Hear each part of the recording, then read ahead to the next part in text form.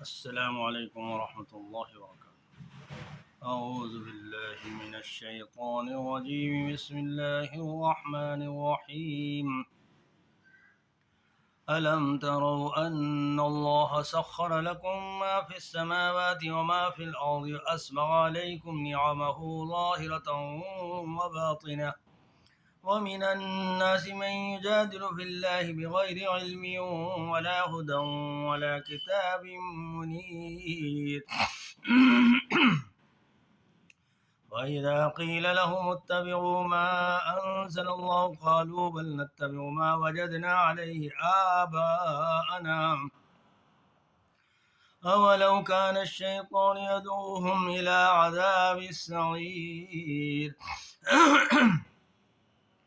ومن يسلم وجهه إلى الله وهو محسن فقد استمسك بالعروة الوثقى وإلى الله عاقبة الأمور. ومن كفر فلا يحزنك كفرهم إلينا مرجعهم فننبئهم بما عملوا إن الله عليم بذات الصدور. نمتعهم قليلا ثم نضطرهم إلى عذاب غليظ. ولئن سألتهم من خلق السماوات والأرض ليقولن الله قل الحمد لله بل أكثرهم لا يعلمون.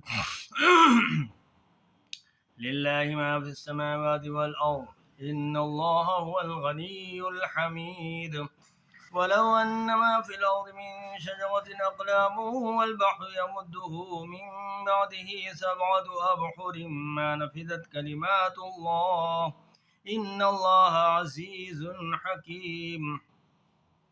ما خلقكم ولا بعثكم إلا كنفس واحدة إن الله سميع بصير.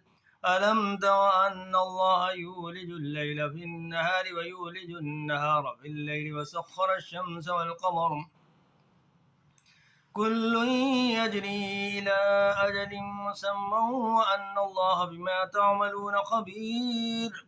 ذلك بأن الله هو الحق وأن ما يدعون من دونه الباطل وأن الله هو العلي الكبير. ألم تر أن الفلك تجري في البحر بنعمة الله ليريكم من آياته إن في ذلك لآيات لكل صبار شكور. وإذا غشيهم موج كالظلل دعوا الله مخلصين له الدين فلما نجاهم إلى البر فمنهم مقتصد وما يجحد بآياتنا إلا كل ختار كفور. يا أيها الناس اتقوا ربكم واخشوا يوما لا يجزي والد عن ولده ولا مولود هو جاز عن والده شيئا إن وعد الله حق فلا تغرنكم الحياة الدنيا ولا يغرنكم بالله الغرور.